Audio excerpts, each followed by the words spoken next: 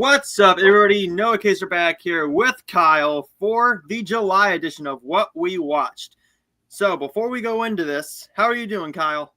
I'm doing okay. How are you doing, Noah? I'm amazing. I'm having a very good day. Nice. So, I want to preface this with one thing. My internet has been acting up, so if I freeze, just keep going.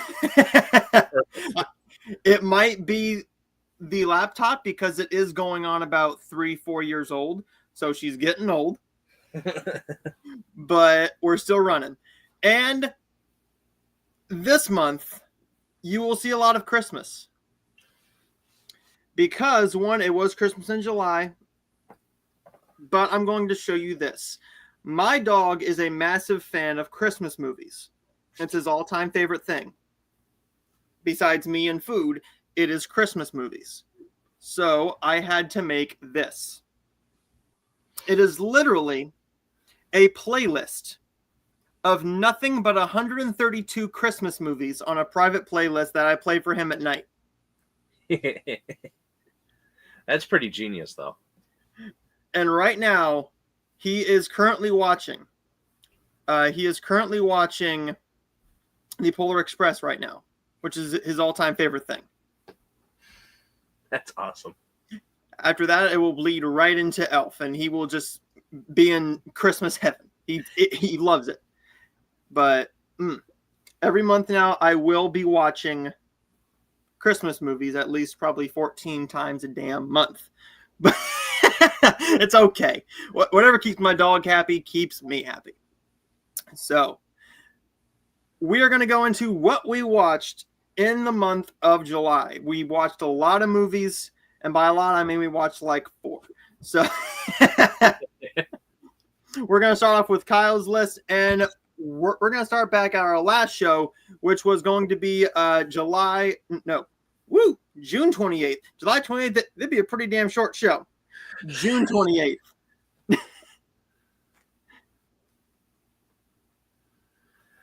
All right. So I know I talked about the Jurassic Park movies in the last one. So we're gonna start with Please Don't Feed the Children. So this is a Tubi original movie with Michelle Dockery. I think it's directed by Spielberg's kid. It was very lackluster. The movie positions itself as like this creepy woman sort of like horror thriller, but instead what happens is it's divided into like 2 parts, and the first part is far more interesting. It follows like this group of runaway kids who are like, society has collapsed and they're trying to run and fend for themselves, and that's the most interesting part of the movie. Once they meet with Michelle Dockery, the whole movie just kind of falls flat. Shadow of God. I finally signed up for AMC Plus and canceled Paramount Plus, partly because I don't like what the situation that Paramount's doing with Colbert right now. Yep. But also mainly because I've had Paramount Plus for nearly a year. They have not put anything new or interesting on that I have ventured to watch. So it's me just throwing money away. With AMC Plus, they have Shudder, they have IFC. That's stuff that I know I'm going to watch. And I checked out 2 movies. I think the first weekend I signed up, Shadow of God and Dark Match, which are Shudder films. Shadow of God is a very uninteresting, boring, Exorcist-related movie. Dark Match is interesting. I don't think it fully sticks with I don't think it sticks its landing, if that makes any sense. It's basically a pro wrestling horror movie. It takes place in the late 80s.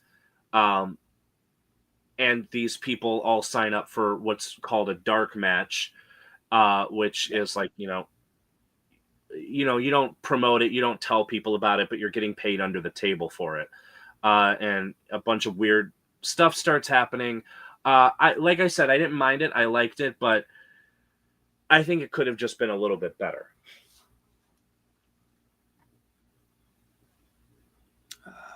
Let's go. Here we are. And then Jurassic World Rebirth. This was a lot of fun. It was exciting because I went and saw this.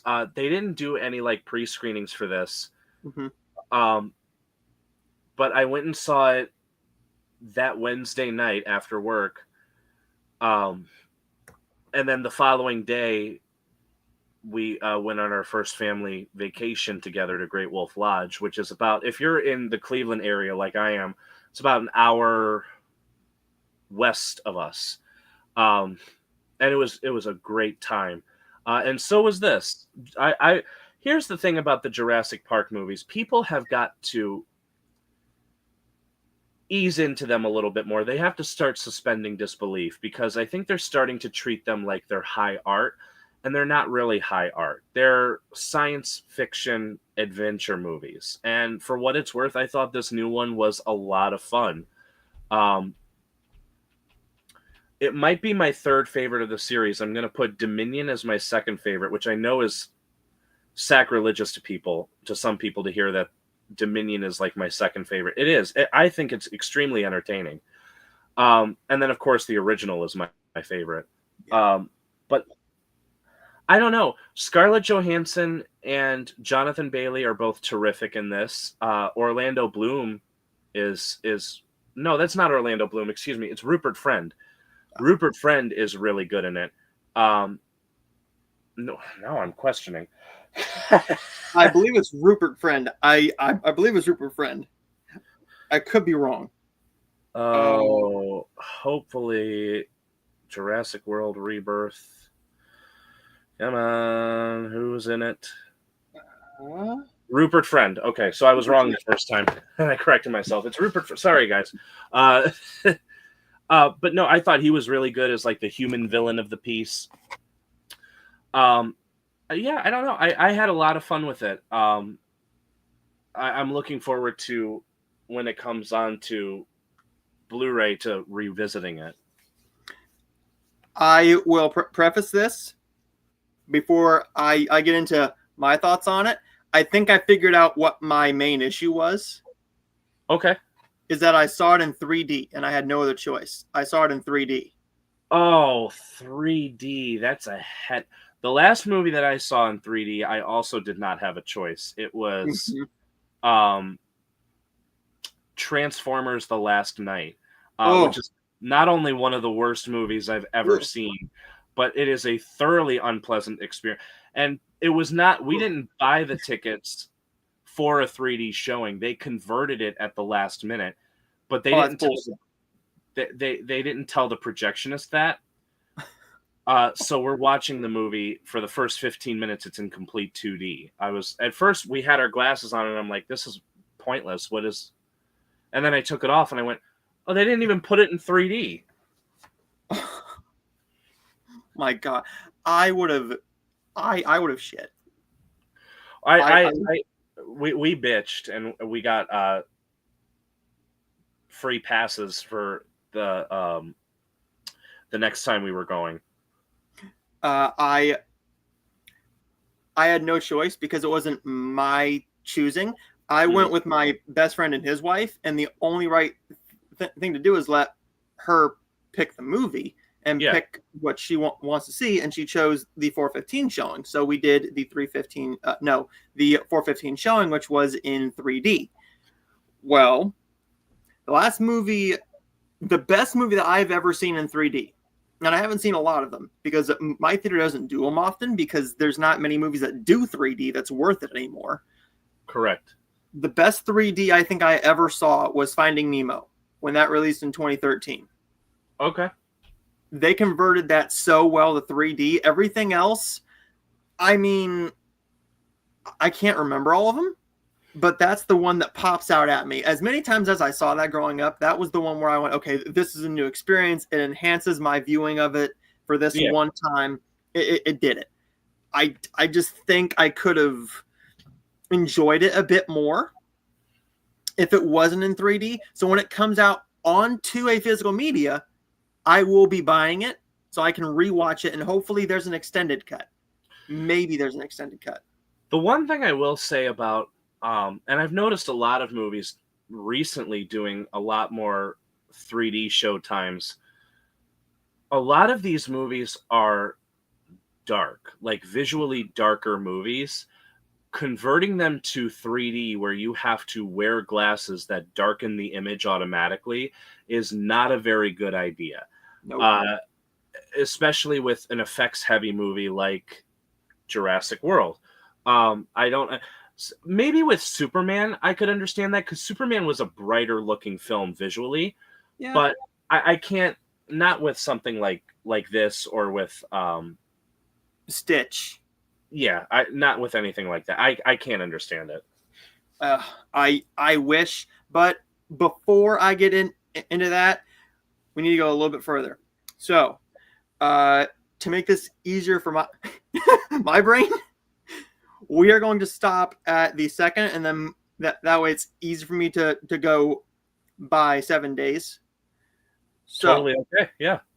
I will go with my list next, and we'll stop at the second. So, the last time we talked, we did the Poop Cruise, which I know you will talk about. So you want to be a gambler. This is one of the better shorts, and I'm very happy now because I now have the Warner Archive set of that. They took all the shorts off of YouTube, so I couldn't watch them anymore. The set was on sale for $25, and you get all 64 shorts. Well, that's not bad. And I said, well, I'm loving these. I'm only like 14 in. There's 50 more to go, so I might as well. And I just sprinkle them in when I can if I need something short. This was one of the better ones. It's very funny. I will also caution people with this next one. I got to interview the lead star, well, the lead actress, actor, supporting actress, and director of A Machu Picchu Proposal. Alec is one of the greatest friends in the Hallmark community. Chris and Michelle I talk to them continually, and Rhiannon is one of the nicest souls you will ever meet on planet Earth. Colin, the director, he put the big interview together. I think I hold this movie a little bit higher than everybody else does. But besides that, this movie is very good. As a adventure movie, they've never done anything like this. They go to Machu Picchu to help Chris's character Daniel propose to his long-time love. And it's this journey, just going up the mountain and trying to figure out how to do it, where to go. And do they get engaged? Is there a second one? You're going to have to watch and find out. But I will say this. You know how filming works when filming a movie. They shoot out of sequence. Yeah.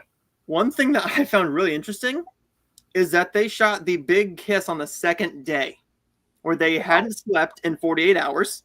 They barely said 2 words to each other, and they had to kiss for the first time and make it passionate on screen right after meeting each other, which is not ideal after they both just came from the last film where she was the lead star and he was taking press pictures for the Hallmark execs in Antarctica and flew straight from there to Machu Picchu. So, but I loved this. I loved learning about it, and I think it's very, very good. I catched up on grammar, Noah. I caught up on a few of the Christmas movies that I missed from last year on both Hallmark and the GAC, because I figured let's throw a little bit in there, and then I made the mistake, and now my dog is in love with Christmas. So that's my fault. A 90s Christmas. This one is basically a time travel movie. She has this snow globe, and she shakes it, and it takes her back in time to the 90s. And she meets this guy. You know how this story goes. This can go one way or the other. Is it formulaic? Yes. But if it does it well for a TV film budget and the actors they have, it can work. This was charming. It was cute. It was funny, but not as good as the following one, Following Yonder Star. This one is Brooke d'Orsay as an actress who was on a series for 14 seasons. After she's fired, she now wants to just try and get away from it all. So eventually, she says, let's go to the small town. She meets this guy who is going to be directing the Christmas play that is starring his daughter. There's a bunch of stupid misunderstandings here. This one makes a lot of sense. Basically, this misunderstanding is that her press agent says, well, you're helping put this play together in a small town, and I'm going to push this to all the outlets and make this look good on you, when that's not even what she wanted. She had no say in it. It was just pushed upon her.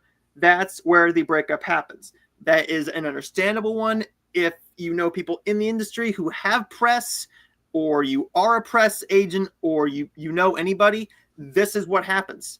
The press agent is out there to make you look good, but also make you but them money. Mm-hmm. So that's what he was trying to do.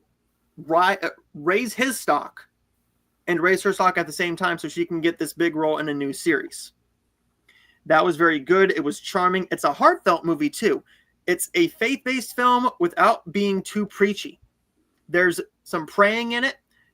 And coming from Dayspring, you know what they do. Dayspring is Jesus. And this one is Jesus is Lord. Amen. A couple prayers. That's it. So You Want to Build a House is a short little movie all about Joe McDotes, who wants to try and build a house, and it's not going very well. This should have just stayed as a Three Stooges short, and it would have been funnier. This had very little funny going on in it. It looked like Joe McDotes didn't even want to be there. Get Him Back for Christmas is Alexa Penavega and Carlos. This one is very sweet. These two were friends in high school, and they almost dated. Well, things happened, and now she is dating the biggest pop star in the world, who cuts ties with her after his song goes big. And now she has to figure out, what am I going to do? He's with another person already. And she goes back to her hometown and she meets her old friend. And her idea is, what if I write a Christmas song that's going to be played over the air and maybe get him back? She doesn't know how to write a song. Her old friend does. And the rekindling of a friendship and a romance commences. This was very sweet. For GAC, knowing how they are, they have shit all for a budget. But this, they put legit money into this. They got to go, I can't think of the name. I think it's AT&T Stadium, where the Dallas Cowboys play. Okay. They went inside that stadium, got all the cheerleaders, and got to perform and film for a full day and a half in there. The big just realization scene. That was very sweet. Once Upon a Christmas Miracle, I did this one because I got to interview a co-star in it, who is also in Clown in the Cornfield. If you haven't seen that, it's on Shudder. I highly recommend you check that out because it's fun, but also support Cassandra, because Cassie is, I just love her to death. This one's very sweet. This might be one of the best Hallmark movies I've ever seen. It's all about Amy Teagarden, who has a bad kidney. And she has to have a transplant, but she can't find the rare blood type with it, because a liver transplant with this type of blood is so rare, it rarely happens. So after she meets this guy played by Brett Dalton, she barely knows him, and she basically asks him, hey, would you do this? And he goes, yes.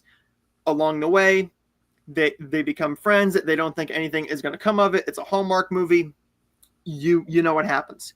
But it's just this story of pure love and friendship and trusting each other that makes this what it is. It's a Christmas miracle that not a lot of people get. A lot of people are on a wait list, and for this to happen like this is a miracle. It's very sweet. Amy and Brett did a great job, and I really enjoyed this movie. It's sweet. It brought a tear to my eye, and it just worked on every level. Nice. We have a comment.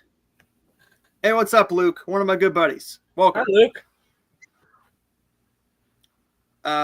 Let's go into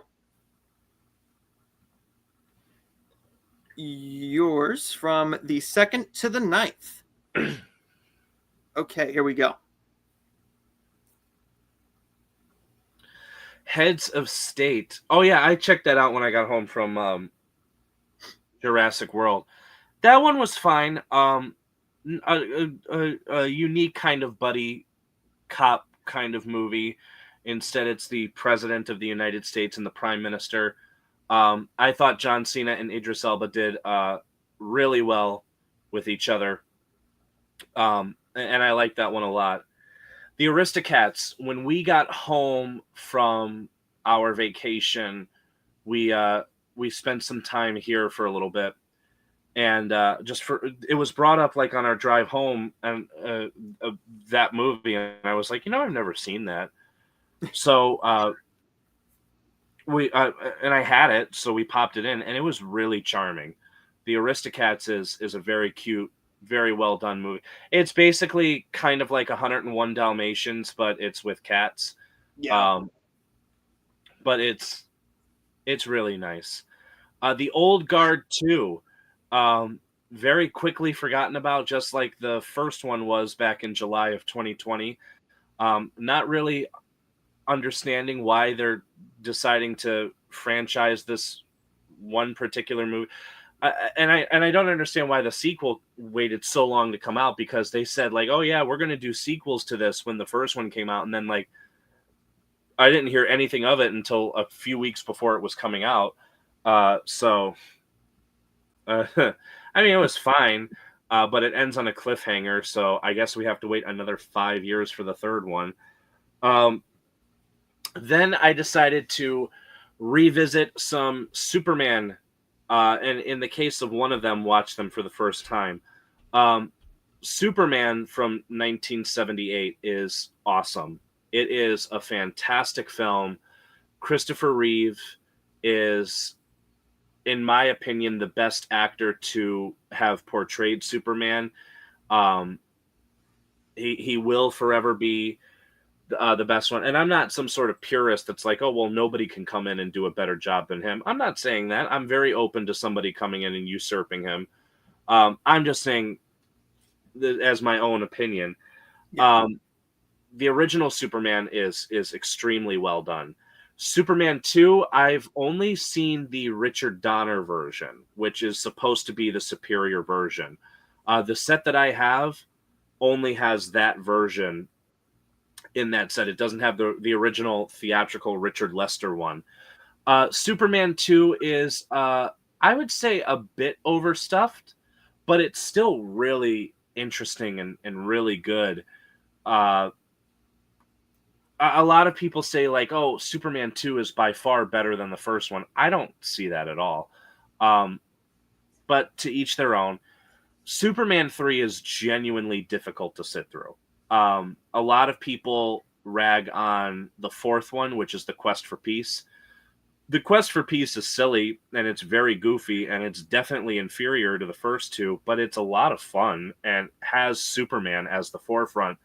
The third one, you're following Gus Foreman, which is the character that Richard Pryor plays, and he's annoying the whole time.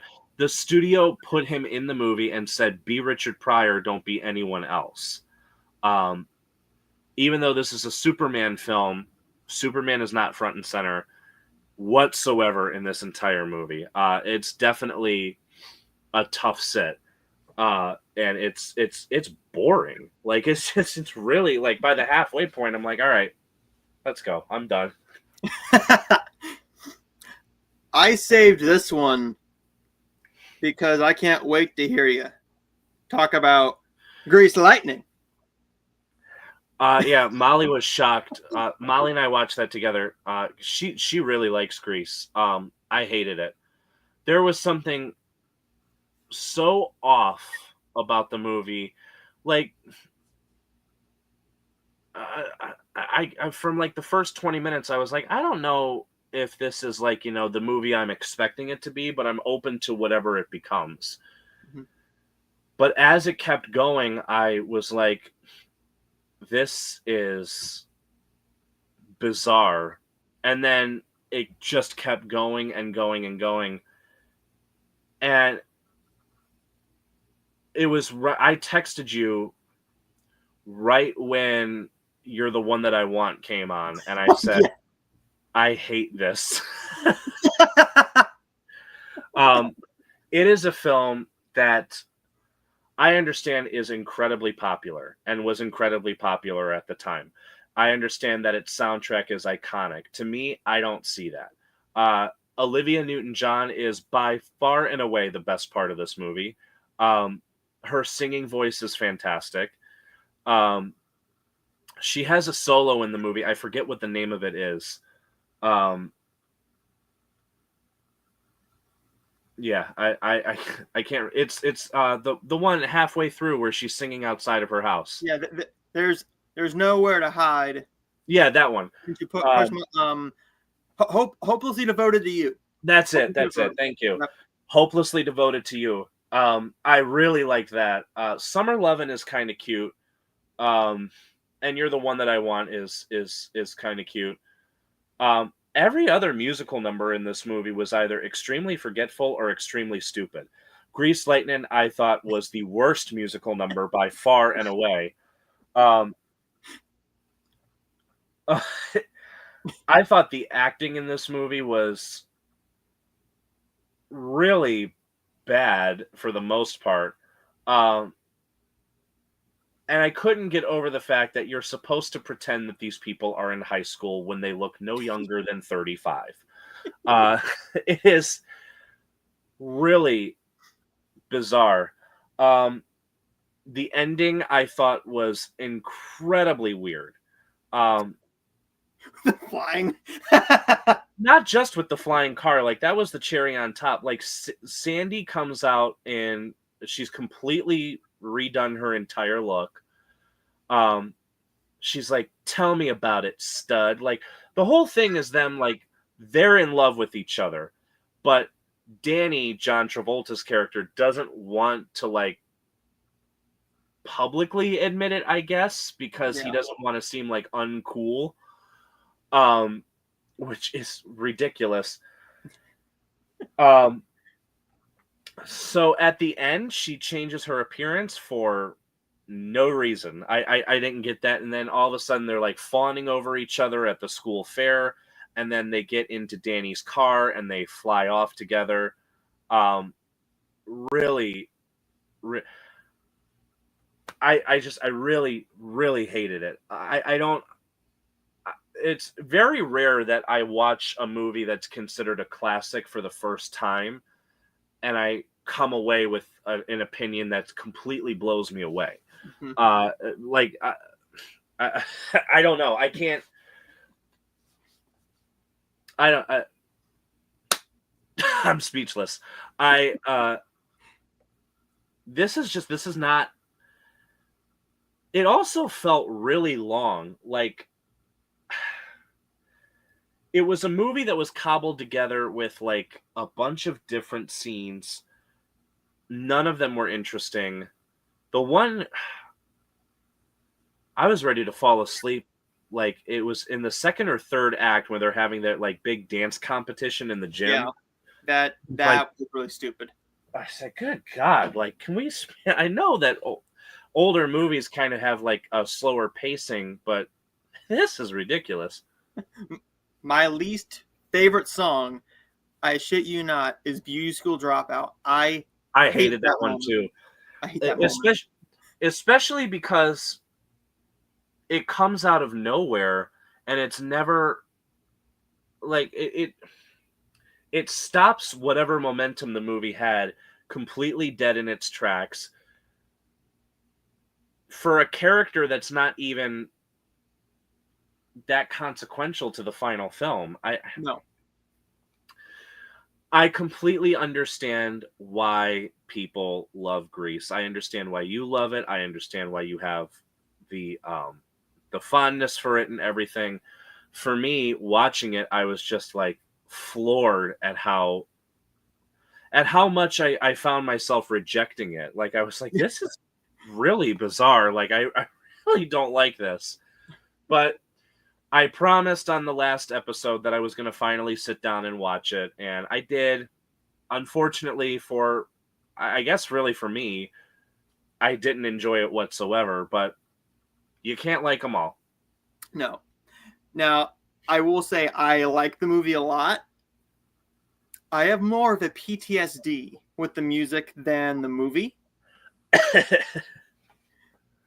There was a moment, about 3 weeks ago, where I'm just at work, and for no reason at all, they played Summer Nights, and You're the One I Want back to back. And he goes, "This is Grease from 1978." And I went, "You gotta be shitting me.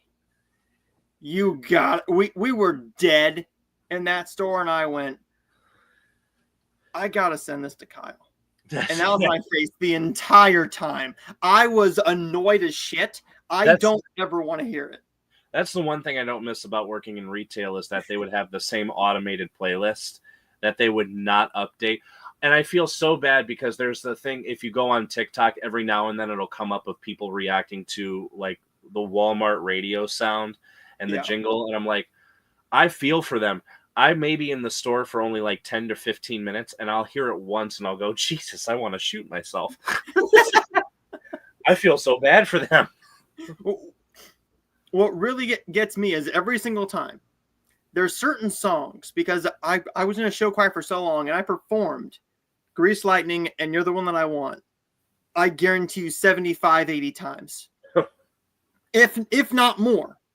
If not more, and heard that song probably 400, 500 times in the span of that show. And now when I watch it, I'm usually with my mom and dad. The last time I watched it, I was with my grandma. And when my grandma wants to watch something, we watch it. No questions asked, because she's grandma and she can kick my ass. That's very true.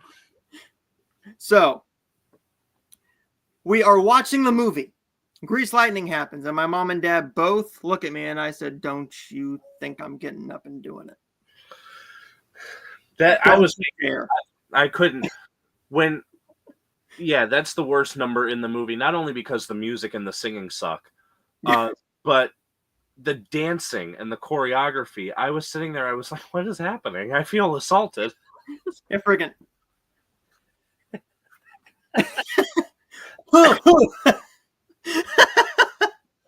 I had to do the on stage every single time I performed that. Do you know how dirty I felt doing that towards a girl I'm friends with? I would have done it harder. Like just like, okay, you're gonna be locking eyes with me. I'm gonna make it weird for both of us. No, they never locked eyes with any of us. They never locked eyes with any of us. We had to do that a stupid move. It was like I don't even know what it was called. Your arms are straight and you're going up and down over your back, and your crotch is up and down and just going switching. And I'm like, what the fuck is this? What the fuck is this? And it's whole time Lollipop is playing on stage, and we have to do that for the whole 5 minutes. And I felt like a fucking duck. And I'm like, just stop it. But that's Grease. Grease, I get why you don't like it. I can't help it because I have a fondness for being on stage. But the movie itself, I didn't grow up with it like my mom did. Something where you have to have a fondness for it, or you grew up with the movie. And I could see that. I mean, I grew up with some pretty odd shit. Like one of the movies I grew up with was Who Framed Roger Rabbit, and that's not your typical fare for like a 4th or 5th grader, but that's what I gravitated towards, and I love that movie.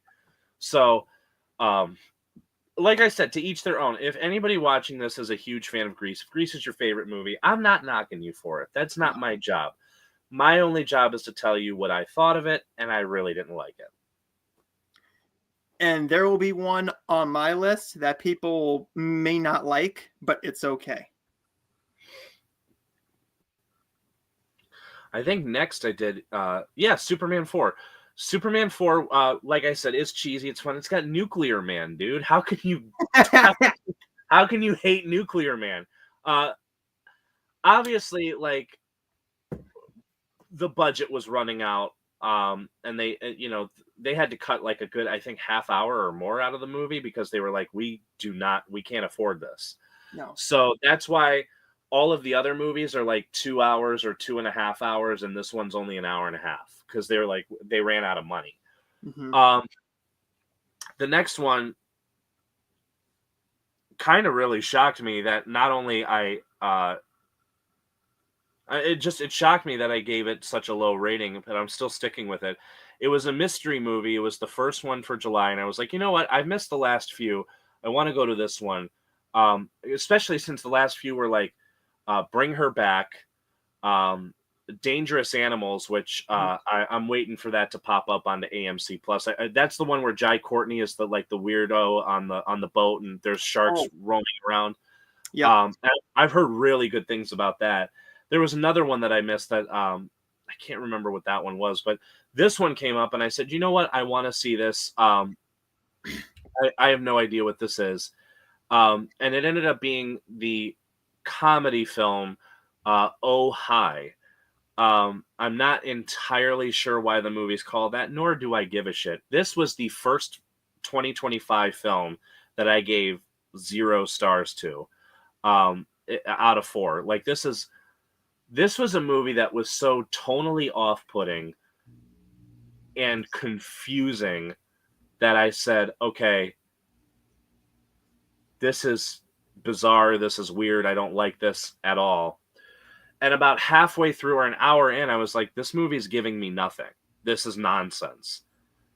And then it ended. And I've mentioned this before. With mystery movies, there tend to be a lot more walkouts than usual because people don't know what they're walking into. So they might decide to get up and leave after the first 5 or 10 minutes. Yeah. Or occasionally there will be like a video introduction from either the director of the movie or from the main star. They'll get up and leave during that if they decide that they don't want to see it. I was extremely surprised. I think out of a moderately packed theater, there was only one person that walked out, which is insane to me because this is a horrible movie. So the movie is about Logan Lerman and Molly Gordon. They play this couple that go on to like a vacation getaway in like this cabin in the middle of the woods. And they get there, not much is happening, and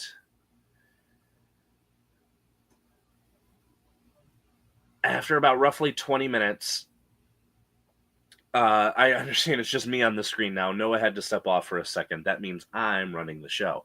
But anyway, with Oh Hi, so the two are like kind of an item. They go into like this bed and breakfast to stay at, and they go into one of the closets and they find like a bunch of sex toys. So they decide, okay, let's try handcuffing. So Molly Gordon handcuffs Logan Lerman to the bed, and they end up having sex. And then after they have sex, before she goes to uncuff him,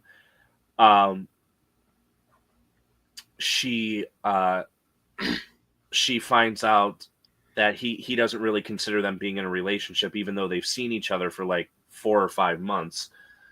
So she decides to keep him cuffed to the bed. And the next morning, she's going to try out an experiment that will make him fall in love with her. And it's very clear that Molly Gordon's character has severe mental health issues. And it's extremely concerning. Not only in just seeing what they are, but also for the fact that the movie portrays them in a very off-putting light. So it ends up becoming like a weird Stockholm syndrome kind of movie. It's really, really bad. I don't know. And I was shocked when I logged the movie on Letterboxd after leaving the theater that most people were giving this positive reviews, and they're like, "Oh yeah, this is like the day of the movie for like modern day dating," and I'm like, "What?" I said that's really concerning. But then a couple of people put into a perspective. It's like, oh, well, situationships, like people who want someone but don't want to be committed or something. And I said, I can see that, but still, that doesn't justify how stupid the movie was. It was really, really bad. Now, there's a comment from Nate that says The Home. I haven't seen The Home yet, but I know they're bringing it up because AMC does something that's called Screen Unseen. That's their version of the mystery movies. If it's a horror movie, they call it a Scream Unseen. And they did one that was the Pete Davidson movie, The Home. I've heard nothing but negative things about that. I heard that was really bad. I have not seen it yet. It's on my list to get to for 2025, but Ojai was really bad. Really bad. I watched Superman Returns for the first time ever. I had never seen the movie before. I was going to, when I sat down to watch the Superman films for the first time back in 2016, I was prepping for like Batman versus Superman, but I ran out of time and I never got to Superman Returns. And it's really good. Really, really good. I thought Brandon Routh did a really good job as Superman. Even though he's disgraced from Hollywood, I still thought Kevin Spacey was a really great Lex Luthor. I don't know. It's just a really, really good movie. I really enjoyed it. I dug it. I think it respected the Superman legacy really well. Man of Steel, I remember seeing that in theaters. Terrific film. I even mentioned on Facebook when I was rewatching it that Henry Cavill would have been an amazing Superman had he been given more time, had Warner Brothers not been dicking with him so badly. Like they put that man through the ringer.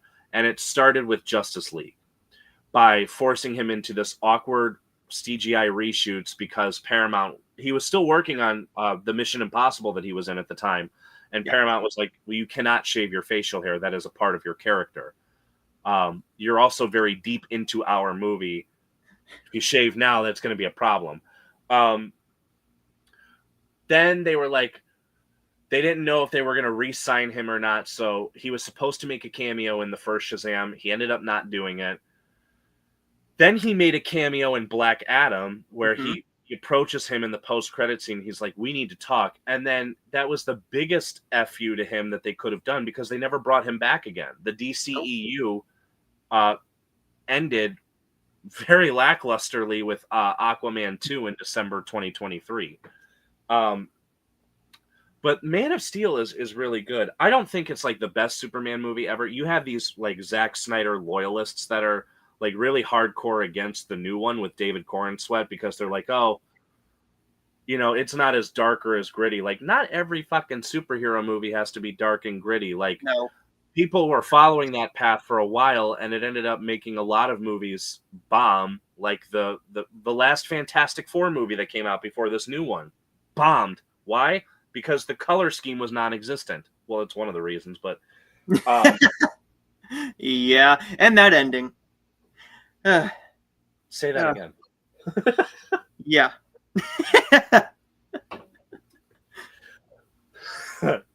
But yeah, so that was my rant on Ojai.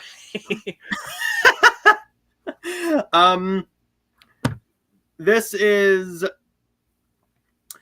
mine. I decided one thing. If you know something about me, you know my favorite person on the entire planet is John Cena. Yep. And clearly I can't see him anymore on TV after December 13th, so I got to wait for fucking theaters. Great. So if you want to see me in a depression, it's going to be then. It's going to be then. I will turn into a 5-year-old. and throw an absolute tantrum, but it's okay. He'll I also turn watched. into a 5-year-old. I decided to also watch Heads of State. I knew nothing about this. Going in. I watched the trailer, and I went, "This could be okay." I went into this, and I had the time of my life. I think this is in my top 5 of the year. I had a ball with this. This is my style of action comedy. It is everything I want. Idris Elba and John Cena have tremendous chemistry. The only thing I thought was a little bit stupid is that the UN was wildly stupid. Yeah. But then again, look who we have as our president. But in this movie, the UN was really stupid. I enjoyed this a lot. What I did not enjoy was Until Dawn. Until Dawn.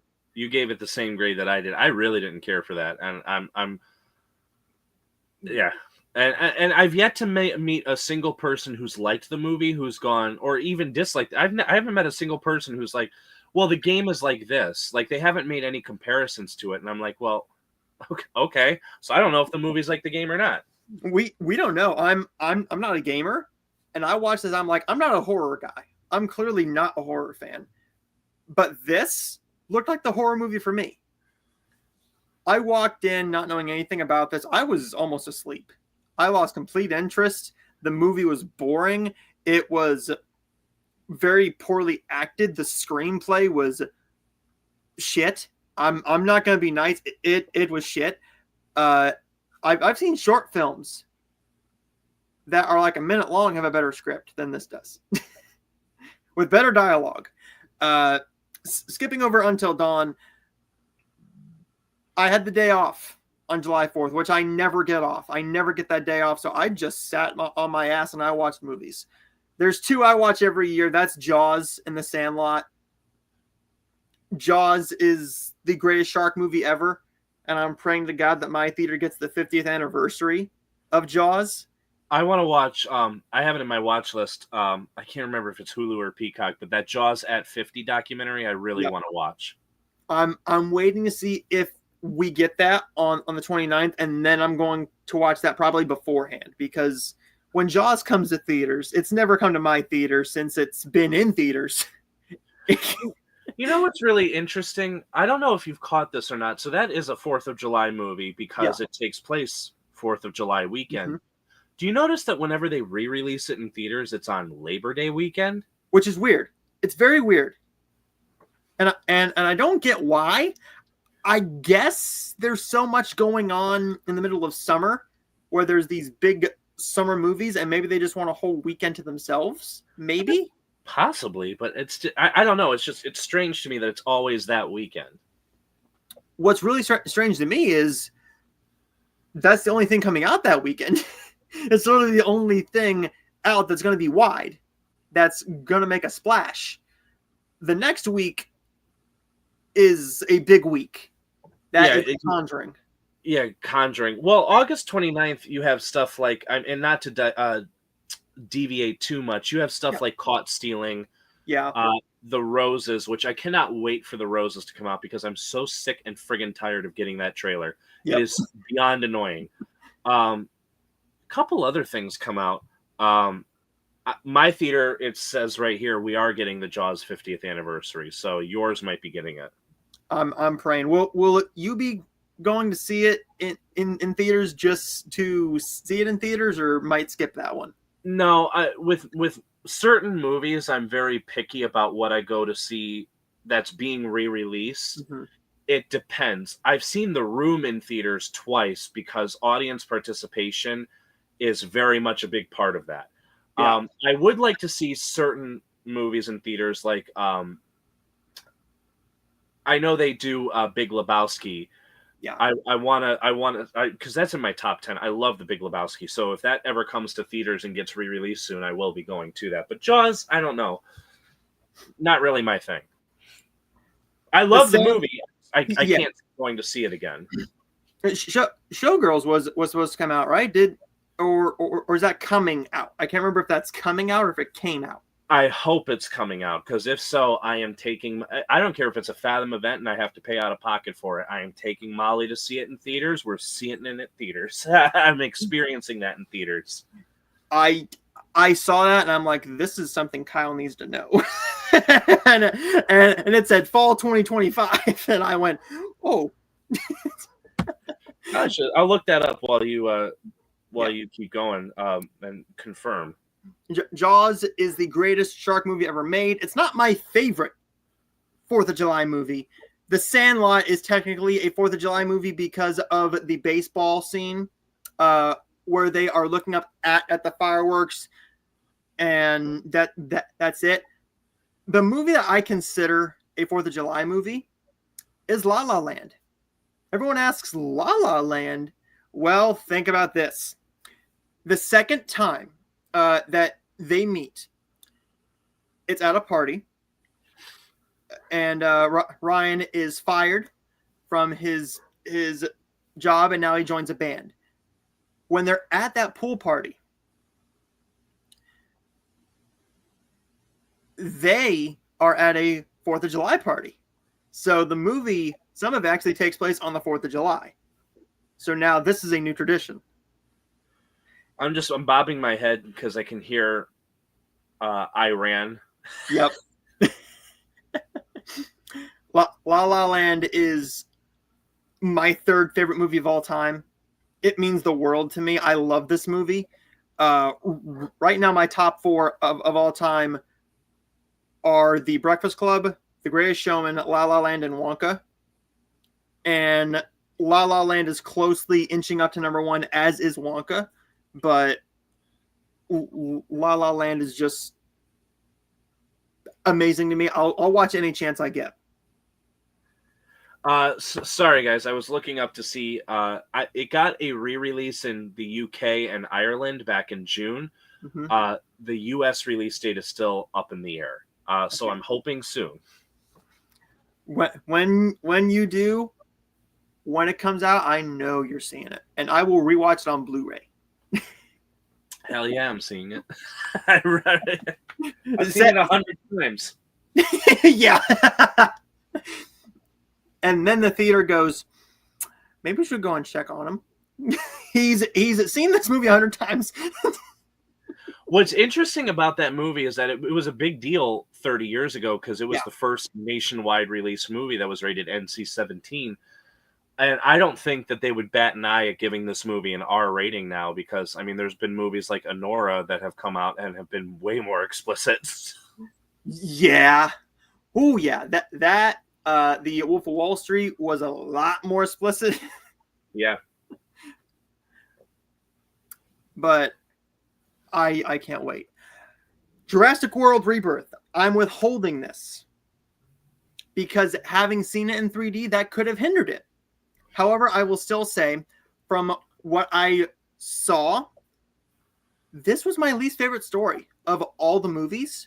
However, it is one that I look back on, and Scarlett Johansson is great. Mahershala Ali doesn't give a bad performance. No, he doesn't. He's really, really good. And the effects were really, really good. However, I had 3D glasses on, so I couldn't see it fully. So I'm going to withhold this, and when it comes out on, say, probably Peacock first is what I'm going to say. Yeah. But about 2 weeks later, it'll come out on Blu-ray. I think it comes out in October sometime, which is the perfect time to put that out. September 9th. September 9th. Okay, so I don't got to wait a whole lot more. No. Then I will buy that. Hopefully there's an extended cut because I do watch all the extended cuts, which I'll give you my three favorites. My favorite is, of course, the first one. Mm-hmm. A lot of people hate Fallen Kingdom. I love that movie. I really like that one too. And then my third favorite is probably the first Jurassic World. Yes, I love that one. But we'll see how Jurassic World Rebirth goes on a rewatch because it could go down. It really could. No, it could go up or it could stay the same. I'm not sure. That's fair. But The next movie I've been waiting to see for a long time, Lady in the Water. I haven't seen that. It is one where I thought this is an intriguing idea. It's Paul Giamatti, one of the greatest actors in the world. It's interesting for about 45 minutes. It's interesting for 45 minutes. Once you get past 45 minutes, that's where you just... Yeah, the movie takes a nosedive, and you're like, oh, this is M. Night Shyamalan. Okay. He Shyamalans it up after that. Going up here, 'Twas the Date Before Christmas. This one I watched because it was on. That was basically it. I got home from work and I'm like, it was on. I wasn't going to change the channel because I was lazy. I still really enjoy it on a third watch, and I appreciate it more after meeting Amy Grounding. Love you, Amy. Sweet lady. You know me in Hallmark movies, right, Kyle? Oh, yeah. Okay. There was a series that came out called Finding Mr. Christmas, where they were trying to find out who was the best actor, the best person to be a new lead actor for the Hallmark Channel. Ezra Moreland won that series, and he got this movie with Jessica Lowndes. This movie is all about the character played by Jessica Lowndes, who gets a dog, and she doesn't know how to do anything with it. She's never had a pet, and she wants to just take it to the pound because she doesn't want it. Well, Ezra doesn't let that happen. He wants to give her a chance to become a pet owner. So he's going to basically train her how to train her dog. Along the way, they go on doggy play dates. The thing that makes no fucking sense is this guy owns a pet rescue, right? He had a dog that passed away. There's a scene in this movie that is unlike any Hallmark movie, and there's no yelling. There's no yelling in any Hallmark movie ever. It's very high and upbeat and light and charming. In this movie, Jessica's dog has the toy in his mouth. It's not doing anything with it. It's just playing with the toy. And he is yelling at this dog like he's about to beat the shit out of it. He's verbally like screaming at this dog, drop the toy now. Fuck, man. Okay. And he doesn't act. This motherfucker can't act. Ezra cannot act worth anything. He is sleepwalking through this entire thing. And this movie is not poorly written. It's poorly performed. When an actress like Jessica Lowndes, who has been in remarkable movies in this genre, she's a legend in the Hallmark space. When you can make her look bad, that takes talent, man. When she has to dumb down her performance to get down to your level but still give a good performance, that's saying something. This movie is the worst Hallmark movie I've ever seen. It is way too loud for its own good. It doesn't even try to do anything else. And the acting in this, the story is piss poor. Ezra's performance is piss poor. I get to see him again in another movie this Christmas. Fucking hooray. I cannot wait to tear into that one. I'm praying to God that they got him an acting coach. Because when Finding Mr. Christmas season 1, me and Kirsten watched it week after week after week. And we kept on saying it's between Hayden, this guy, and this guy. Well, this guy got out of it. And it came down to Ezra, Elijah, and Hayden. Hayden was an experienced actor. Elijah was a member of the touring cast of Hamilton for 5 years. So he knows how to act. He knows how to perform. Ezra had never acted a day in his fucking life, and they chose that guy who had the worst screen take with the lead actress in Nikki DeLoach. I could go on about that show and this movie because it just pisses me off as a Hallmark fan that they ended this Christmas season with this one. And they withheld who was the star. They didn't do a trailer. and they didn't do a poster with him on it. The poster is the two dogs. So I can tell you, I'm on the movie's Letterboxd, and I was like, well, because I don't. I've said before. I said I don't watch the Hallmark stuff, not for any bias or anything. It's just I don't. That's not my thing. I don't watch it. Oh. So I was like, well, who does this guy look like? And I pulled him up. Of course he won. He's the whitest looking dork I've ever seen. So he's going to acclimate very well to something like this. Yeah, this is Happy Holidays. I will have to send you a video of that particular scene of him screaming at this dog like he's about to beat it. And I was laying in bed watching the movie early in the morning, and I busted out laughing because of how stupid and poorly acted it was. The Christmas Getaway. This was a charming little movie, not memorable, but still decent. I watched Haunted Wedding because this was starring Cassie, so I had to watch this to get the questions for it. I really, really enjoy her interviews. So if anybody hasn't seen it, I highly recommend you go to the Heartful of Hallmark YouTube channel and check it out. It's really sweet, and she is a good friend. She's a great friend, and I can't tell you how many people wanted to join the interview because they just thought she was hot. And I went, yeah, she's very attractive, but that's not why we do this. Most of the people in the Hallmark movies are attractive. But, yeah.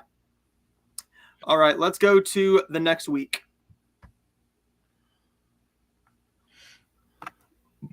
Excuse me. Yeah, the new Superman. So you know this because I've told you, but that was a good portion of it, if not most of it, was filmed up here in Cleveland. So seeing all of this stuff that I can literally drive to on the big screen, like the baseball field that he has that fight in is Progressive Field. Yep. He's in the Terminal Tower Arcade. There's just so many great Cleveland locales that the Cleveland Public Library is in the movie. It's I don't want to spoil it because people are still going to see it, but it's so great. This movie was just, I said in my review, and I'm sticking by it, it's the best comic book movie I've seen since The Batman with Robert Pattinson. This was so great. David Corenswet is awesome as Superman. He's even really good as Clark Kent. He's not Clark Kent very much in the movie, but he's really, really good. Nicholas Hoult is fantastic as Lex Luthor. It's just, this is a really great movie. And that song that plays at the end, I think it's called I'm a Punk Rocker by the Teddy Bears featuring Iggy Pop. Such a great song. Medea's Destination Wedding. That night I was just like, you know what? I don't feel like doing much of anything. Oh, the new Medea movie's out. Well, let me watch that. And then I wanted to watch something else right after that. And I give Medea movies a pass because most of the time I'm like, they're not bad. This one, it was very clear that Tyler Perry just said, hey, haven't done Medea in a while. Don't really know what I'm going to do with it, but here you go. It was just boring. I caught up. I was 2 weeks late to this movie with K-Pop Demon Hunters. This was a really good movie. All about this K-pop girl group Huntrix. They're demon hunters, and this group of demons comes to them in the form of a K-pop boy band, and it's really good. And I knew I was missing because by the title I was like, well, I don't know if I'm going to watch this or not. Maybe at the end of the year, if I'm doing some catch-up work, then I'll go ahead and watch it. But I also keep track of the Billboard Hot 100 charts every week. Like, there's a great channel on YouTube that does it incredibly neatly and organized. songs started to pop up on the charts from the movie, and I'm like, oh, I guess I'm underestimating this. And then the following week I saw it was getting higher and higher, and I said, well, I gotta watch it then. It's really, really good. Very silly, but very good. Animation's great. The songs are great. The soundtrack's really good. Have you seen this? I have not yet. I have that on my watch list for this month. Definitely give it a watch. I think you'll really, really like it. It's very I don't know, it's just very funny. I really, it's from Sony Pictures Animation. Um and they tend to do really good stuff. Although I don't know, some people are up in arms about this next movie that they're doing called Fixed. I have that on my list to watch this week. I don't know if that's going to be any good or not, but hopefully, I don't know. Um, oh yeah, Sunday the 13th. I was like, I'm going to just watch. I'm going to catch up on some stuff. So Unit 234. That was a pretty decent little thriller. Isabel Furman works at the storage unit. She's called in on her one weekend off. She ends up opening up this unit that's got a body in a like a body bag. She opens the bag, and the guy inside, Jack Houston, he's had like an organ removed, his kidneys removed, and he's trapped in there, and Don Johnson and his goons are after him. It's a neat little chase movie. It was better in its first half hour than it was for the rest of the movie, but it's short. It's only like 85 minutes, so if anyone's interested, definitely give it a watch. The Friend, that one was pretty good. Although I don't think it's right that they're putting Bill Murray as like front and center for this movie. He's in like 3 scenes. The whole plot of the movie, and this isn't a spoiler, the whole plot of the movie is Bill Murray's character kills himself, and he has this Great Dane that he has willed to Naomi Watts' character because that was his friend. So the whole movie is about like overcoming grief and overcoming all of that. And I thought it was really good. It was a little too long, like it's a full 2 hours, but it wasn't terrible. The Luckiest Man in America. This one I debated going to see in theaters, but it came out like the weekend that Minecraft did, and I was like, well, there's like 4 other movies I'm seeing, and I don't want to add that one onto my plate. Game show scandals fascinate me, and I was really happy that this particular one was being turned into a movie. Paul Walter Hauser plays Michael Larson. This was a man who would watch the game show Press Your Luck, which was really big back in the 80s.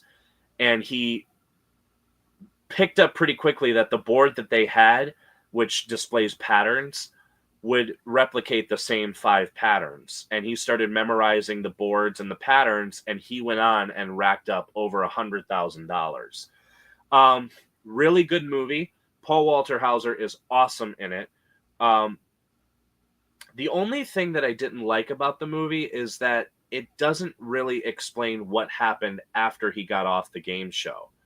Because the whole movie is it's a docudrama about his appearance on the show. Mm-hmm. In reality, after he got off the game show, like, he wasn't very wise with his money. Like, he was having a difficult time with it. And I think that if the movie had maybe added another 15, 20 minutes, it could have done it. The thing that really bugs me is that they don't even put it in the on-text coda at the end of the movie, like what happened to him. Which I felt was a little odd, but it is a really good movie. And I do highly recommend it. This one I watched, but for whatever reason, it's not on Letterboxd, so I couldn't log it. It's a Tubi movie called Crush. It's Tubi garbage, so it's probably better I didn't log that. But I was like, it's an hour and 8 minutes. Yes. This next one, Marked Men Rule and Shaw. Not to be confused with Hobbs and Shaw. This is from Voltage pictures, and I knew this movie was not going to be any good because it came out as a Fathom release for like one day in January, and it's from the same studio that brought us the After movies and the Beautiful Wedding, Beautiful Disaster movies. This movie could not be more incompetent if it tried. Basically, you have a bad boy tattoo artist falling in love with this girl that has been in his family for, well, hasn't been in his family, has been a part of him and his family's life for a long time.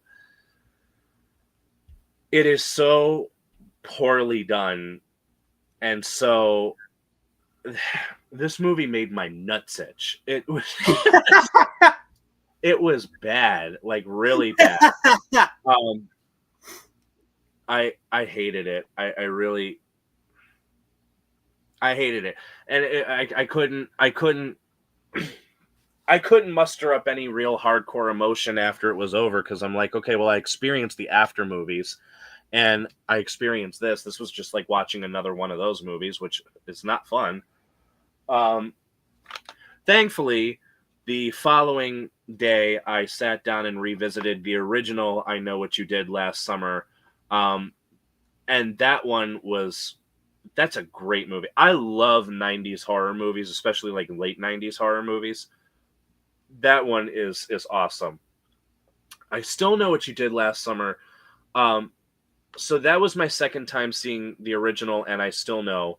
And I remember really not liking the second one, but I watched it in 2013, and I didn't remember a lot of it other than that they went to Brazil. They went to Brazil, and the fisherman was still following them all the way out there.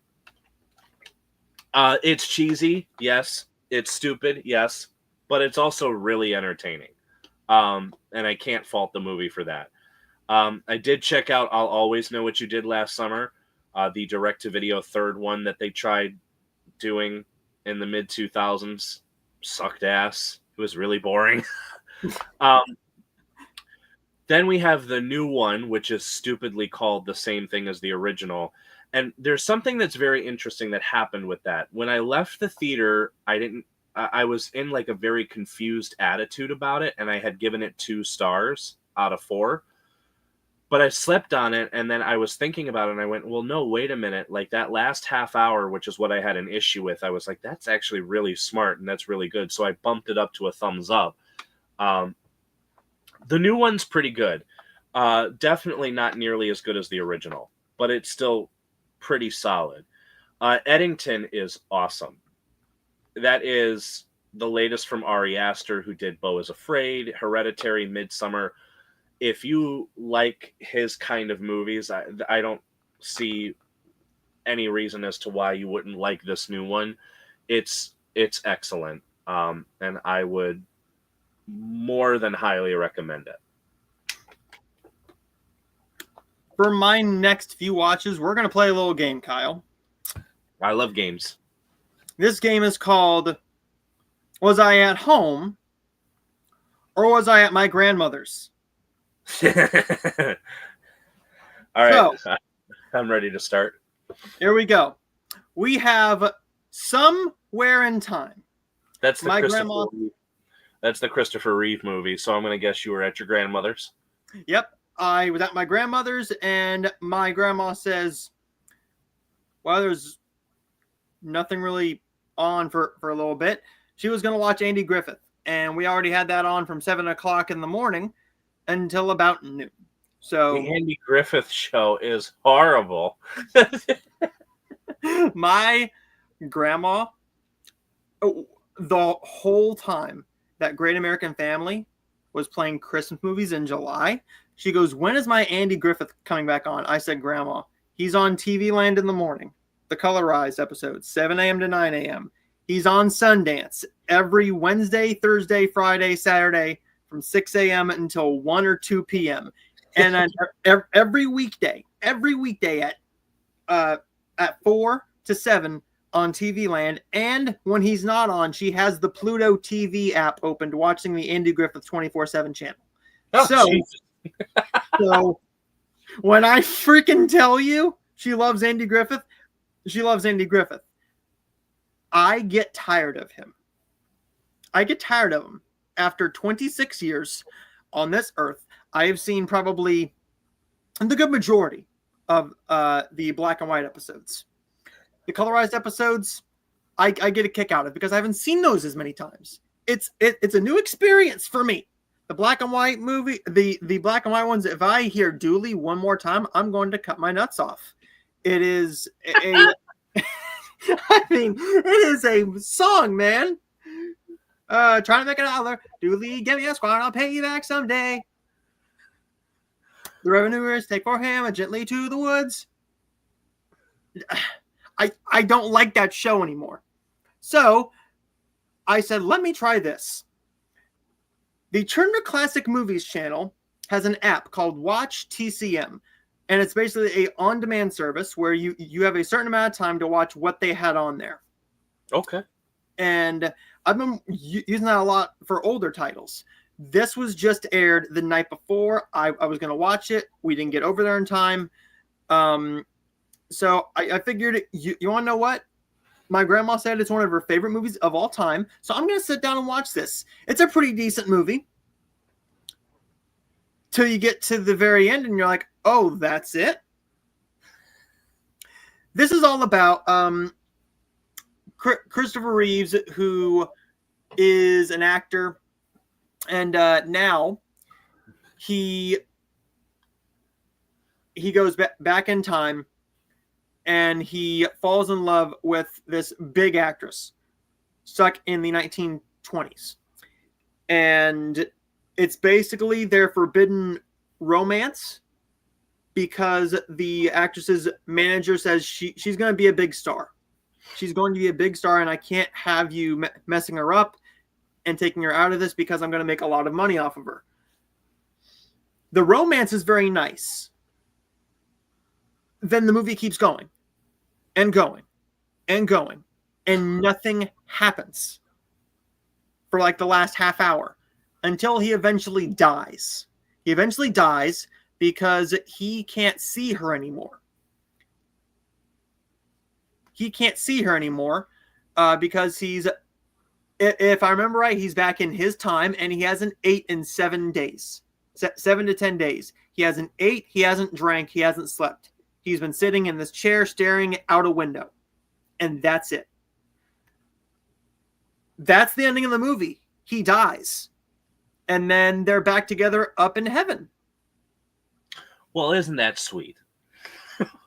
And my mom said that's a good movie. It would have been better if you expanded upon something. This would have been nice as a 1 hour TV special, not a 1 hour and like 47 minutes. Nothing happens for like an hour in this movie. But I can't fault it because Jane Seymour elevates this material to make it interesting. And Christopher Reeves, he was right off of, I think he was going to shoot Superman 2. Yeah. Right after this. So he needed a little bit of a buffer zone. He does a very good job here. I think that you could have done something a little bit different with the storyline, make it a bit more interesting. Maybe have a bit more of a comedic turn to it. And there is comedy in it. But you're just watching it. And you're basically watching their real lives. And that's it. And after a bit, it just goes nowhere. Speaking of going nowhere, my grandma wanted to watch Flaming Star. That is a Western starring Elvis Presley and Barbara Eden. I was going to say, what the hell is that? I've never heard of that. Neither had I. And then my grandma shares My Fandango at home because if she wants to watch something, she's going to watch it. So it was on sale, and I said, fine, we'll watch it. Elvis realizes that he's part Indian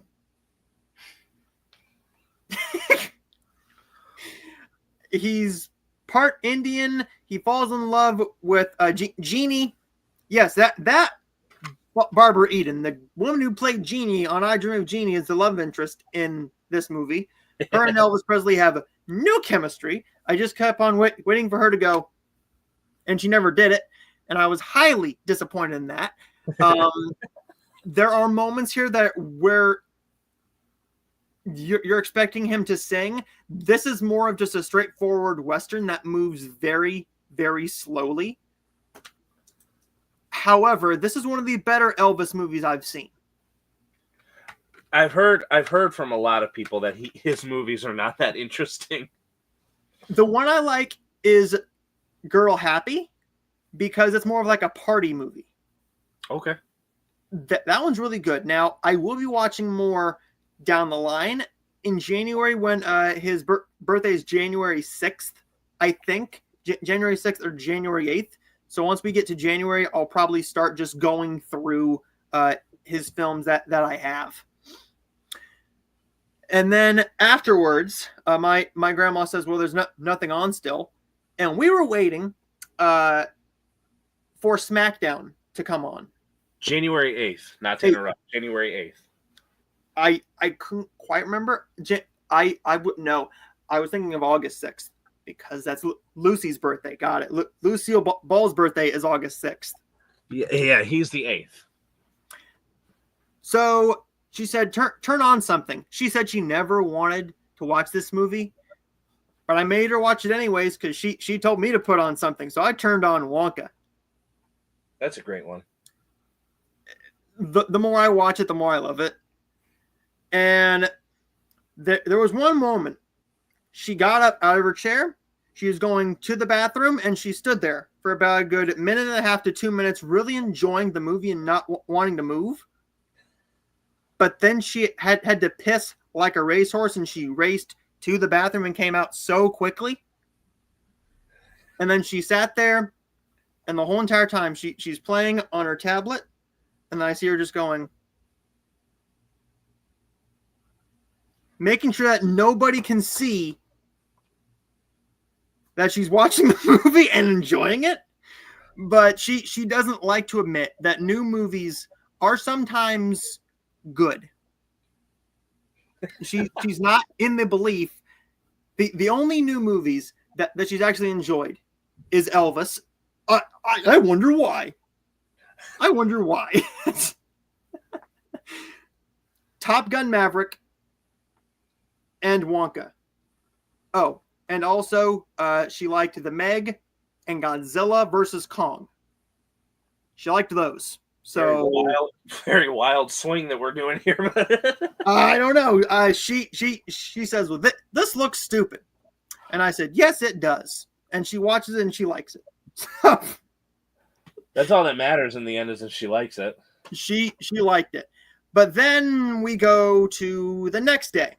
Oh, sorry. That following night, a short on YouTube that is very well done called The Barber Shop.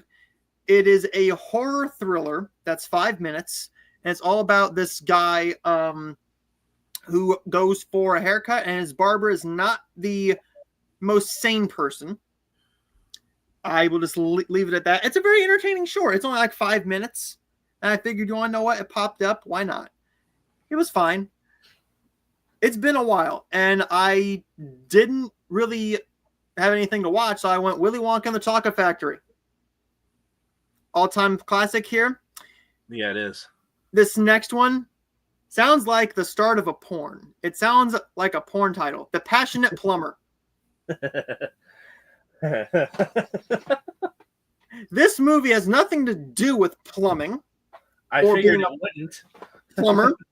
This one is from 1932, starring big old schnozola himself, Jimmy Durante, and I believe that's Buster Keaton. Buster Keaton plays this guy who's basically used as a slam piece.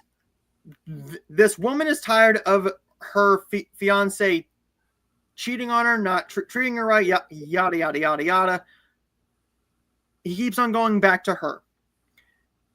And Buster Keaton is used as the person who stands in as the boyfriend. They're going to run away together.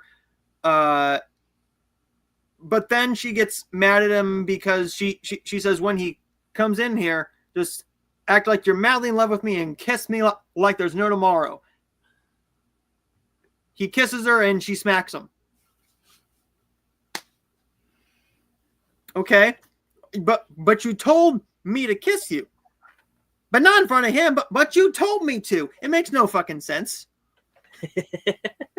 It's an hour and some odd minutes. But who do you know has seen a movie called The Passionate Plumber from 1932? Well, I know this one guy. I occasionally do a show with him once a month that has seen The Passionate Plumber, but I don't know. I've never even heard of it, so I think you're on your own for that one. This one, I shit you not, I saw the length and I went, okay, let's see what this is all about. And I did. Next up was Charlie and the Chocolate Factory. This is one where I will say that you have to have grown up with it to appreciate it. I remember going to Wendy's when I was little, and they had the kids meal toys for it. And I remember all those the boat, the pink boat that you would slide and it would slide across the table or something, and the trading card game or the trivia game. I remember all those cool ass toys. I really enjoyed the movie. It's weird as fuck. It's not very good. It is not. I'm not saying it's a good movie, but I enjoy the fuck out of it. It's one that I hate. I hate it. I watched it for the first time when Wonka came out because I was like, I've never seen it, and now it's like the really perfect time to do it. I think it's very soulless. Like it's very, I don't know. Johnny Depp does not have the whimsy that Timothée Chalamet or Gene Wilder does. But I am somewhat in agreement with you that it is one of those things where you probably had to have grown up with it in order to appreciate it more. One thing where I just quote it endlessly and nobody knows what I mean is, good morning, starshine. The earth says hello. And everyone just looks at me like I'm insane. And I'm like, now I feel like Willy Wonka. I get it. So then my grandma says, put a movie on. I said, okay. I let her choose the movie. What do you think she chooses, Kyle? I can't answer because you scrolled up and I saw it. So yep. I'm not gonna... Gone with the Wind. That's a light Sunday afternoon. It's her all-time favorite movie. She remembers when her mom went to go and see it in theaters, and in 1939, it was a filthy movie. Really? Because it was considered a filthy, nasty movie because Clark Gable said "damn" at the very end of the 4 hours, and that was the reason it was considered nasty. Well, how fucking dare he fucking say something like that? You know, what the fuck? How fucking dare he? Damn. Anyways, this movie, I saw it for the first time in high school. I had a history through film class, and we watched this, and I got to take that class twice because my senior year, there was no other class I could have taken. It was either I had 3 study halls or that class again. So I took it twice. And the first time, my favorite thing is me and my friend weren't even supposed to be in that class. It was only supposed to be seniors only, and we had no other choice. So both times I took that class, I had no choice because that was my only class. Uh-huh. And so when I watched it, I went, this is really good. No one in that class gave a shit about it at all. Nobody cared. Everyone goes, damn, Scarlett's a slut. And in a way she is. She gets married how many times, and how many of her husbands die in war? Multiples. She runs through them like food poisoning, baby girl. Runs through them just like a spider. No. Which, speaking of which, Mammy is one of the greatest characters. I love the character of Mammy in Gone with the Wind. Absolutely. She's a badass. She was a badass in the 30s, and she's a badass now. I know multiple women, black women in my town, who resemble the pure boss that was Mammy, and it's awesome. Only certain people can have that sort of just grit and seriousness about them. I love it. I love it. My grandma sat down and she quoted the movie. She quoted Gone with the Wind because she's seen it that many times. My dad was on the couch. He fell asleep about 5 minutes in, and I just see him. And we get to the intermission. Is it still going?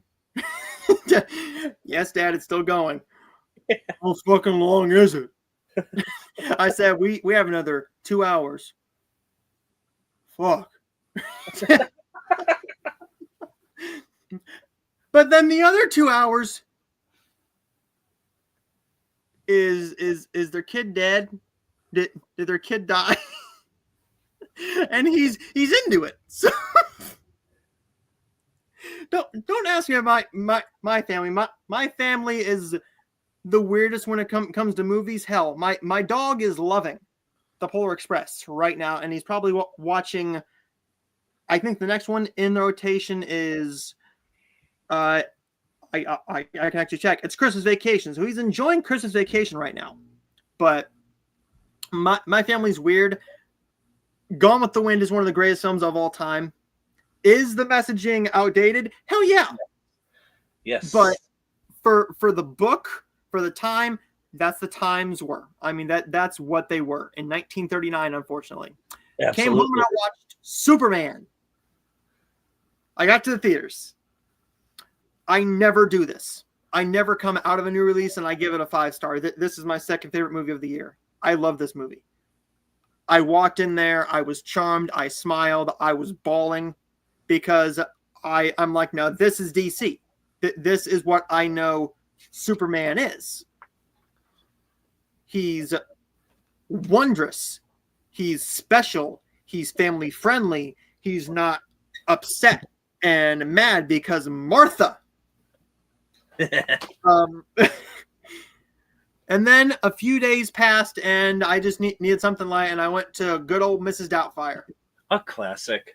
Mrs. It's a Doubtfire classic. is so good. Mrs. Doubtfire is one of my all-time favorite films.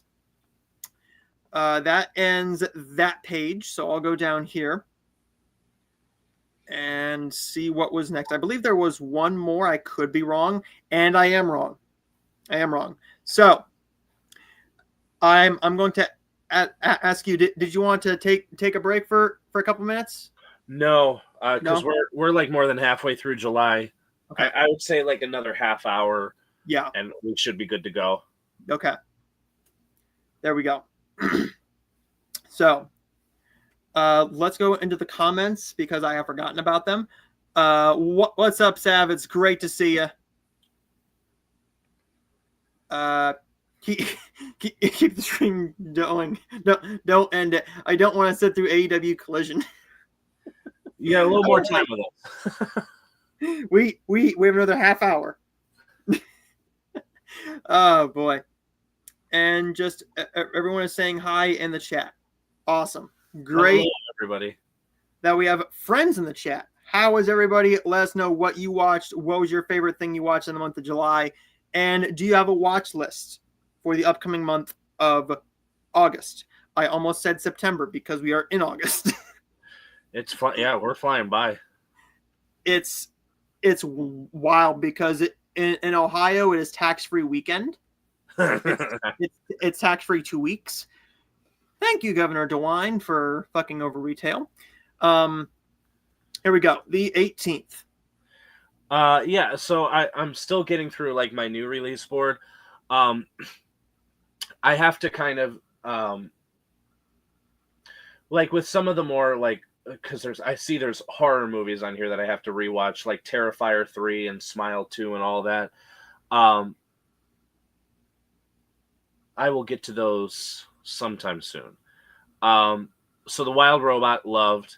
Watchmen Chapter 2 was on my new release board. I really liked what they did with those movies, with making an animated adaptation out of that. I thought that was really cool. Smurfs. So Molly and Mason and we went to Regal to see Smurfs. I had been hearing that it was really bad.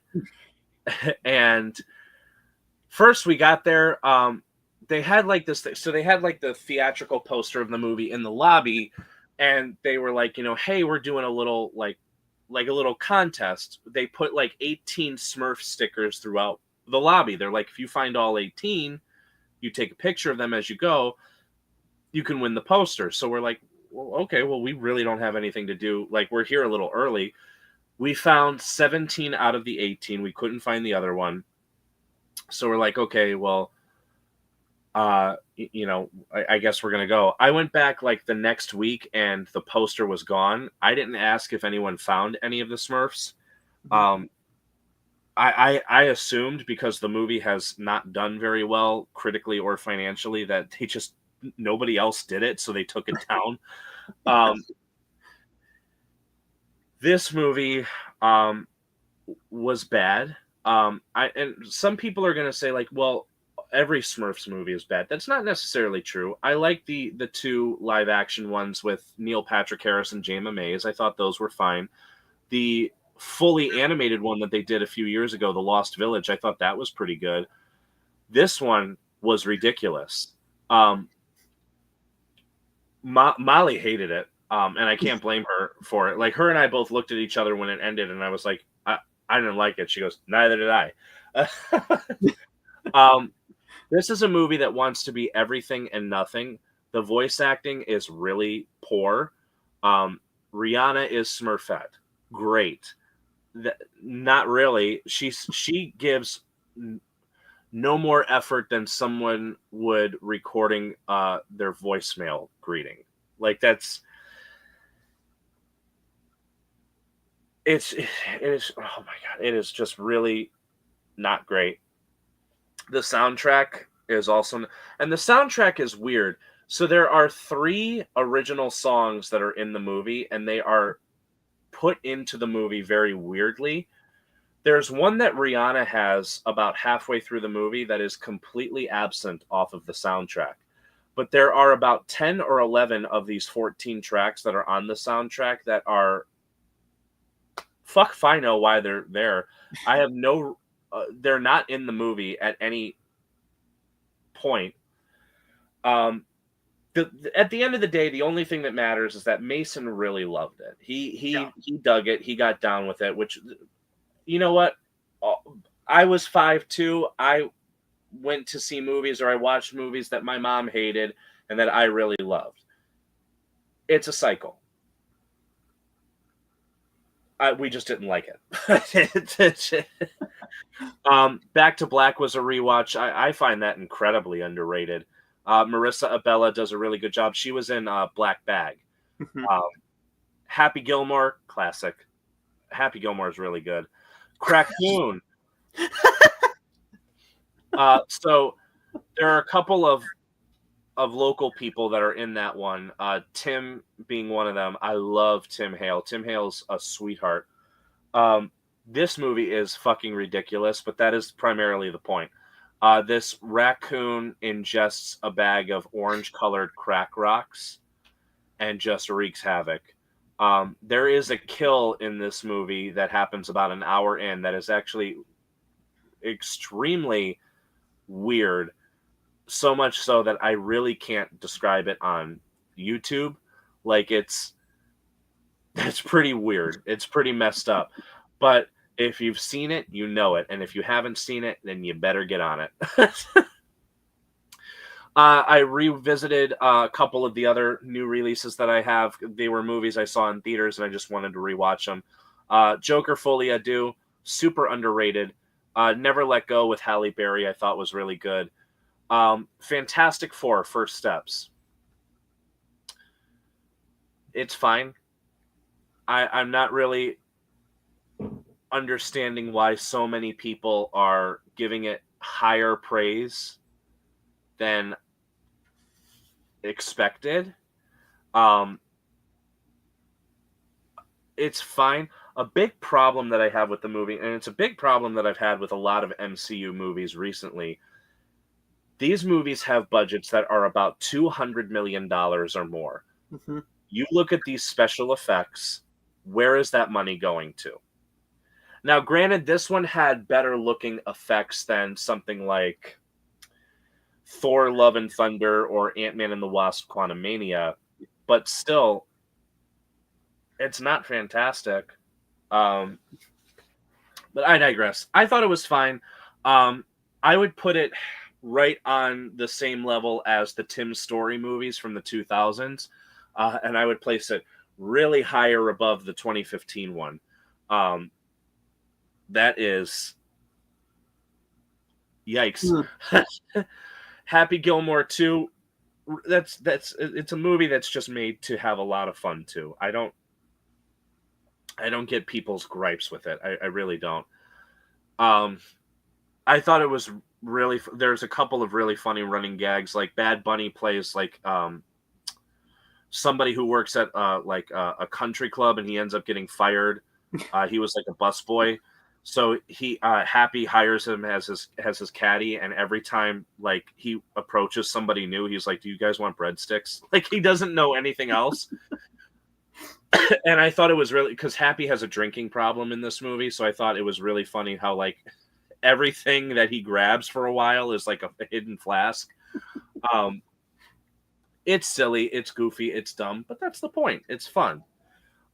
Piece by Piece was a rewatch. Really interesting animated Lego style documentary about Pharrell Williams and his music. Like he is one of the best hip hop producers working today. He's really, really good. And I thought that they said something like there was a biopic that they filmed about his life that was going to come out sometime this year, but they have like shelved it for the time being. Mm-hmm. And I'm like, oh, that's interesting, considering that we just got his story. Did we really need like a biopic of it as well? I don't know. Hopefully it sees the light of day. Maybe they're just shelving it to wait. I hope that that's the answer. I hope it doesn't disappear like Batgirl did. But hey, Coyote versus Acme comes out next year, and we should be very grateful for that. I am very grateful. I like you, was very pissed. I was just very angry because I love Looney Tunes. I do too. And I sat down and I went, Will Forte and John Cena in a courtroom comedy. And apparently it's supposed to be really good. Like Will Forte, before Ketchup Entertainment came and purchased the film rights for it to finally release it, he had mentioned before that he thought that it got canned because it wasn't good, but he was upset because he went and saw like a screening of it that the studio held, and he said it's really good, and I hope that they make a decision to release it. So it's supposed to be really good. I can't wait to see it. I'll be in that theater. I will be in that theater. So Hall Pass, a fun rewatch. I enjoy this movie. It is stupid. But I got to thank you for this next one here, Kyle. Mom, Can I Keep Her? Oh, Jesus. I forgot that I had that on VHS. I was like, what the hell are you thanking me for? I've never seen that. There's so much weird shit that I have on VHS that I haven't watched yet. I found that on YouTube. It's on YouTube for free.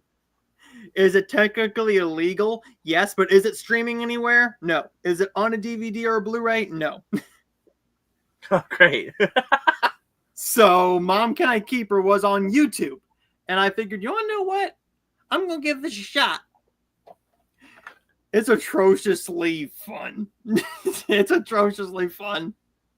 Then I will watch it. I hope, because VHS September is coming up next month, and I hope that it fits into one of the themes that they have going for this year. I don't know if the list has come out yet. I'll look later, but Yeah. I was like, oh, and the movie keeps going, and I just kept on going. Huh. Oh, huh? I was making different sounds. I think my neighbors thought that something else was going on, but it's fine. It's fine. Don't Bet on Blondes, a 1935 comedy. It looked decent, and you should not bet on this movie. It's fine overall, but the comedy really doesn't go anywhere, and the story moves at such a slow pace at only an hour and like 10 minutes. Oh wow! That it just kind of just moves. That's basically it. Love in Plain Sight. This came up in my my YouTube, and it's a 6-minute short, and it's a rom-com that was made for I believe it was Delta Airlines. They did a very nice job with this. It's a cozy feeling, and that's all it needs to be. I remember hearing that they did something like that. Okay. I didn't even know. And it came up, and I'm like, Love in Plain Sight. First, I thought it was like a trailer or like a clip. And it was a short film. I went, shit, fine. For 6 minutes, I'll sit here and watch it. I dived into my my watch list. Dunkirk. I was not the biggest fan of this movie as everybody else was, but it's still good. It's still good. Yes, this movie is about the event, but there's no character development. That's my main issue. There's so many different characters that they kind of just cram everybody in. You don't get to feel connected to any one person like you do with, say, like a Hacksaw Ridge, where it's mostly on one person, or a Saving Private Ryan, or 1917. That was placed on people. This one, you should have focused it on one person. Give us some sort of a character. I'm not going to even remember anything about this film come about 3 months from now. That's fair. Now, I can't say it's a bad film because it's Christopher Nolan. He doesn't make bad films. He makes very well shot, beautifully looking films, and the score is great. I really enjoy the score here, but I just wish it was better. So You Want an Apartment was a rewatch Before Your Father Finds Us. This was very fun for me because this was my first screener from the Lifetime Network. I wasn't even asking for it. I got the chance to talk and interview Alexa Penavega.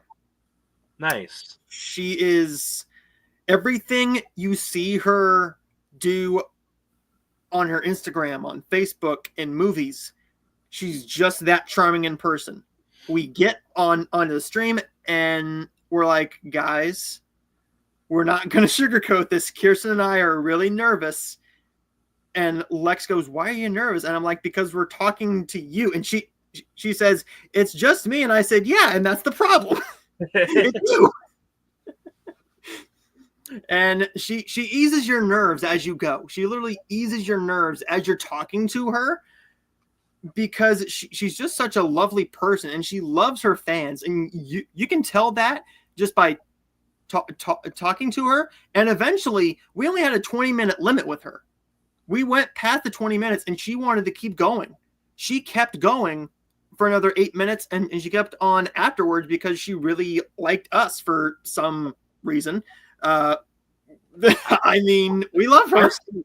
I see that happen in interviews every once in a while, where the actors add more time with this one. And I find that to be like a really high form of flattery. That means you guys are doing something right. We love that interview. She is probably my favorite actress I've got to talk to. She is probably the biggest star that we have talked to, and we're aiming towards a couple more.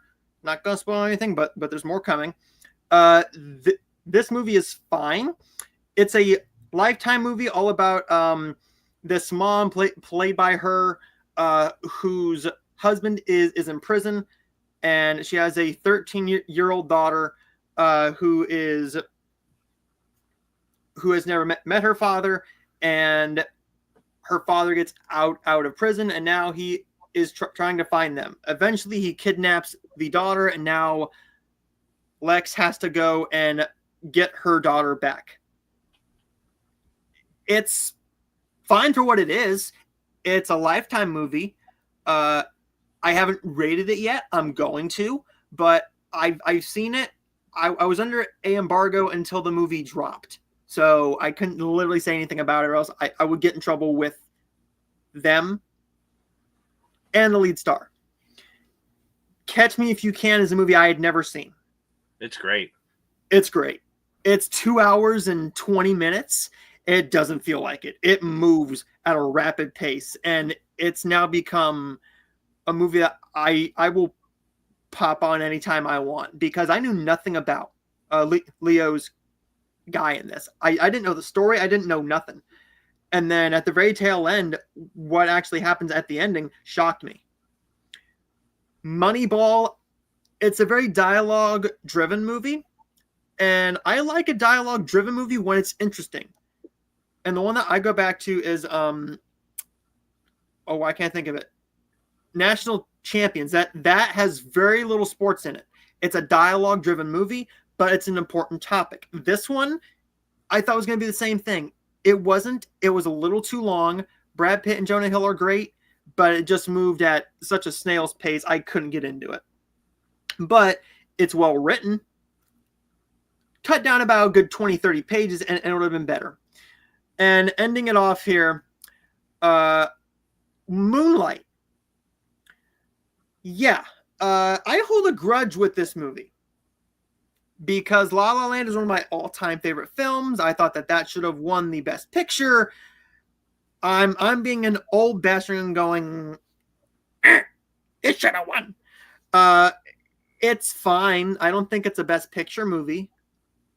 I don't think the story was all that well done, but the performances, specifically from, again, Ali, Mahershala is masterclass. He's masterclass. He is one of the greatest actors on the entire planet of all time, and he proves it here. The story is fine for what it is for about 40 minutes, but there's only so much you can do with this story to really suck me into it. And I can say that this is a Best Picture winner that I don't agree with, but I respect it more than I like it. Castaway, a movie I should have seen by now, but I had never seen Castaway. It's a fantastic film. Tom Hanks kills it here. It breaks your heart when Wilson floats away at sea. It is sad. Tropic Thunder. I'm in the vast minority. I hated this movie. I didn't think it was funny. I thought the story was lazy. The acting was subpar, and I'm not going to say what everyone thinks I'm going to say about the Robert Downey Jr. character. That's the character. It's part of the joke. Yeah. Is it wrong? Yes, but if it's for the movie and it makes sense for the story they're telling, I can't fault it on that. That's not why I didn't like it. It's just the comedy didn't work for me, and I wish it did. If a comedy didn't make me laugh, I'm not going to give it a high score. But maybe I'll watch the Blu-ray, which has the director's cut, and we will just see. And then Happy Gilmore 2. I really enjoyed this. I don't get why everyone is up in arms about it. It's not that bad of a movie. Everybody goes, it's just a rehash of the first one again. But what do you expect it to be? That's true. Yeah. What do you expect it to be? What can you do with a Happy Gilmore 2 that hasn't already been done? but I like it. I was watching it from a lot of different places now. I didn't even know that I could pop up the comments on here. That's something I just learned on here. Cool. Hey Jay, it's great to see you. There we go.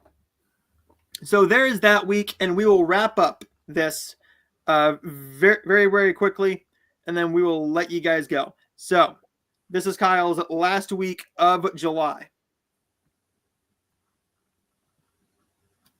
Lumina, that finally came to Tubi. Sucked. There's a reason why Metacritic picked it as their worst movie of 2024. It's pretty bad. Revisited the Naked Gun movies. Those are classics. I love those. Sorry, Baby. I wanted to run and see that before they started removing show times from it, because I guess not many people were seeing it. Mm-hmm. Such a good movie. Really, really good. A24 is knocking it out of the park, and I love it. Together, I went and saw that. Body horror is like my second least favorite horror genre or subgenre. My least favorite is zombies, just because zombies they don't do anything for me. This was gross. Like, it made me nearly vomit. Like, it gave me a headache, and the headache was so strong that, like, it was just, I don't know. That being said, it's very well done, and I enjoyed most of it. She Rides Shotgun. I'm not even sure if that movie is playing in as many showtimes. Let me check. And no, my one theater right by me has completely removed it, which is a shame, because I really dug this. Very much like a neo-noir Western. It's really, really good. And then we finish off my July with the brand new Naked Gun, which was hysterical. I was crying laughing at this by the 10-minute mark. It is so funny. It is so great. It is so quotable. I'm so glad that this movie is doing relatively well enough that I hope we get more movies in this style again. It's so damn great. I loved everything about it. Right now, I'm checking to see if my theater has announced that they're getting it or not, because my theater didn't get it. Damn, dude. My theater didn't get it. Instead, my theater got The Bad Guys 2. We got The Bad Guys 2. I mean, I guess that makes sense. Bad Guys 2 was the bigger movie. But I mean, as many ads as I saw for that, I saw more ads for The Naked Gun. But I will say that we do have, right now we have Freakier Friday and The Bad Guys 2. Do I know what we're getting next? No, I don't. I have not seen one trailer for anything coming out in the rest of the month of August at my theater at all. Besides Jaws, the 50th anniversary. That's literally it. That's the only trailer they've shown. Everything else is either for September or October. Great. But this week I do need to get out and finally get back to the theater and see Freakier Friday. I have to. It's Lindsay Lohan. It's really good. I'll talk more about it in the August recap, but Molly and I took her mom to see that earlier today. It's really good. Like I said, this is where Christmas took a little bit of a because I made him that playlist. So, Emmett Otter Jug Band Christmas was on the 24th. I skipped over that. I grew up with this one a little bit. This one is great. Oh, we do have another comment.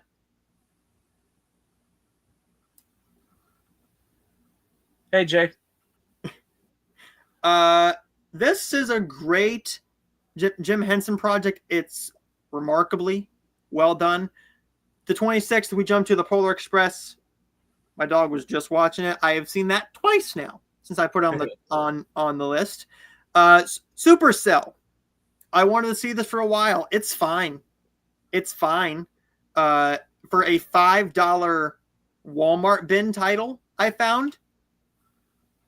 I enjoyed it. It's trying to be a lower budget version of Twister. That's basically all it's trying to do. Yeah. And it does it well. This next one I don't get. This movie is called The Lovers. This is from A24. It's about this couple who have been married for a long, long time.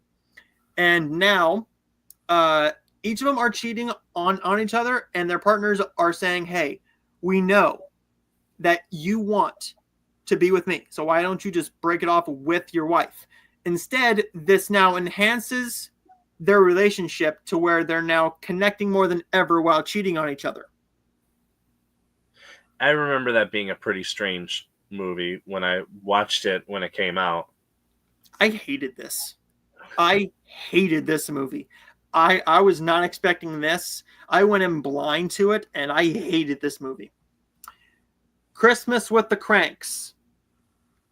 Something to throw on. For the dog. The Girl from Jones's Beach. This starred President Ronald Reagan from 1949. This one is all about, and this would not be made today by any means. This is all about this hot woman who was seen at Jones Beach, and now these 12 different girls make up this painting of her. So, like, the legs are one part, the breasts are one, the stomach is another, the ass is another, and the face is like 4 of them. So now they are objectifying the women by putting them all together to make the hottest person in the world. Now they find the actual person who brings them all together in one person who looks like 12 different other people. Now, this is where it gets strange. Oh, that's where it gets strange. Yeah. Ronald Reagan decides to try and end up dating her because now he wants to find a real relationship because he's ever just been a playboy. He fakes being a foreign exchange student who speaks very little English, and she speaks English out of college, so now he's taking her English class. Oh, okay. And the movie turns out to be a comedy that is somehow very charming with that storyline. Don't ask me how they do it, but they do it. It's very charming. Where Ronald Reagan doesn't get in big trouble for that. Instead, the 12 girls find out what they've been doing by piecing these 12 different girls together to make the hottest woman in the world. And they basically just get a slap on the wrist for it and paper thrown at them because now they're making money off of that. Huh. The movie ends with her finally being okay with it because a picture was taken of her in a swimsuit, and it was so scantily clad now that in 1949, it was a big no-no to wear something like that and put yourself on the beach and put it in a newspaper. So then they go to a court battle to see if he's getting sued and yada, yada, yada. It's a very odd movie that nobody's ever going to see. It was on the TCM app, and I thought The Girl from Jones Beach with Ronald Reagan. This can't be too bad. And it was enjoyable. It's enjoyably strange. Yeah, I'll say. It's Rodeo Doe. This was a short. This is a 10-minute short from 1940 about these 2 girls who enter a contest to try and get back home. And the contest is they have to ride this big bull for the most amount of time across the field. And if they do, they get, I think it's $500 from Johnny Weissmuller, who played the first Tarzan in the 1930s. And it's his bull. So that's the whole short. Man About Town is a comedy that is so piss poor I don't even want to talk about that movie. It is awful. it's Ben Affleck's worst movie. Her is a romantic dramedy that is very good for the first 90 minutes. Then it takes a turn that I don't really enjoy. I don't enjoy what they do with the AI character, but that's what they did. But Joaquin Phoenix gives the performance of a lifetime. 12 Years a Slave, I see why this won the Best Picture. I've been putting this on for so long. It's a upsetting movie. It's an important movie. It's a powerful movie. One of the Best Picture movies of the entire run of the Oscars. How the Grinch Stole Christmas, the animated. Watched that because my dog wanted something on, and then we just let it run. Christmas Vacation and Deck the Halls. Christmas Vacation is Christmas Vacation, Deck the Halls. I don't enjoy all that much. I think it's fine. So You Want to Be a Detective. Just another one of those shorts. Mr. Magoo, I didn't like. I thought this was really stupid. Yeah, it's not good. Leslie Nielsen, I thought it would be pretty funny because he makes everything funny. This, he wasn't given any material. I think if you just let him go off the cuff, it would have been a lot funnier. Next up was Elf and the Santa Claus. And there was the month of July. We have a comment. What is your favorite Christmas movie? Mine is Elf. I don't know that I have a favorite one.